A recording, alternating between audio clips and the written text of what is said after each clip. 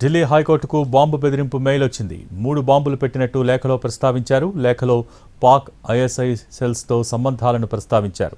మధ్యాహ్నం న్యాయమూర్తి గది పేలిపోతుందని లేఖలో రాసుకొచ్చారు. కోర్టు ప్రాంగణంలో డాగ్ స్క్వాడ్ బృందాలు తనిఖీ చేస్తున్నాయి. 3 ప్రదేశాల్లో ఆర్డీఎక్స్ అమర్చినట్టు మెయిల్ చేశారు.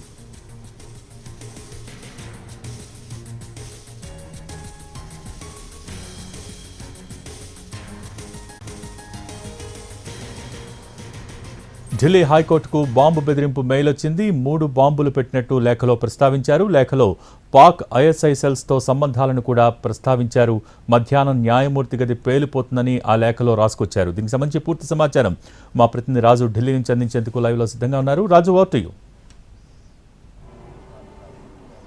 Thank you Bhogi. ఈ మధ్యకాలంలో ఢిల్లీలో బాంబు బెదిరింపులు అనేటివి కామన్గా మారిపోతున్నటువంటి పరిస్థితి కనిపించింది. మనం గత 2-3 నెలలుగా ఏ విధంగానైతే స్కూల్స్కు బాంబు బెదిరింపు కాల్స్ వస్తే ఈరోజు ఈమెయిల్ ద్వారా ఏకంగా ఢిల్లీ హైకోర్టుకే బాంబు బెదిరింపు వచ్చాయి. 3 ప్రదేశాల్లో బాంబులు ఉన్నట్లు, సో ఖచ్చితంగా జడ్జిలతో పాటు మిగతా వాళ్ళందరూ కూడా ఈ బాంబులు పేలితే చనిపోతారంటూ కూడా ఈమెయిల్ ద్వారా వచ్చింది. సో వెంటనే ఈ రిసీవ్ చేసుకున్నటువంటి ఈమెయిల్ను చూడగానే ఆ ఇన్ఫర్మేషన్ పోలీసులకు అందజేశారు. అంతేకాదు హైకోర్టులో ఉన్నటువంటి జడ్జెస్ అందరూ కూడా బయటకు వచ్చేశారు. మరోవైపు లాయర్స్, మిగతా స్టాఫ్ అందరినీ కూడా బయటికి పంపించేసి ప్రస్తుతం ఢిల్లీ పోలీసులు రంగంలోకి దిగారు. ఫైర్ ఇంజన్స్, దాంతోపాటు బాంబ్ స్క్వాడ్స్ కూడా హైకోర్టుకు చేరుకున్నాయి. హైకోర్టులో అందరినీ కూడా ఖాళీ చేయించి ప్రస్తుతం బాంబ్స్ నిజంగా ఉన్నాయా లేదంటే ఇది బెదిరింపు మాత్రమే సరిపోతుందా అనే దానిపైన కూడా ప్రస్తుతం అయితే తనిఖీలు కొనసాగుతూనే ఉన్నాయి. ఈ మధ్యకాలంలో చూస్తున్నాము, గతంలో అంటే పెద్ద ఎత్తున స్కూల్స్కు బాంబు బెదిరింపు వచ్చాయి. ఇప్పుడు ఆ స్కూల్స్ కాస్త ఏకంగా న్యాయస్థానాలకు కూడా బాంబు బెదిరింపులు వస్తున్నటువంటి పరిస్థితి కనిపిస్తుంది.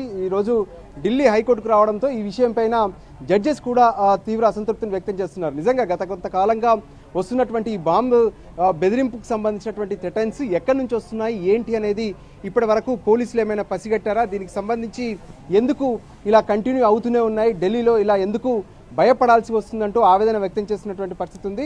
సో మొత్తానికి ఇంతకీ ఈ మెయిల్ ఎక్కడి నుంచి వచ్చింది అనేది ఒకవైపు ఏదైతే సైబర్ టీమ్స్ సెర్చ్ చేస్తుంటే, మరోవైపు దీనికి సంబంధించినటువంటి పూర్తి వివరాలు అంటే లోపల ఏమైనా బాంబ్స్ ఉన్నాయా, నిజంగా ఈ లెటర్లో వచ్చినటువంటి విధంగా అనుమానాస్పదమైనటువంటి వస్తువులు ఏమైనా ఉన్నాయంటూ బాంబు స్క్వాడ్స్ కూడా తనిఖీలు అయితే కొనసాగుతూనే ఉన్నాయి. Bhogi. Okay, thank you Raju.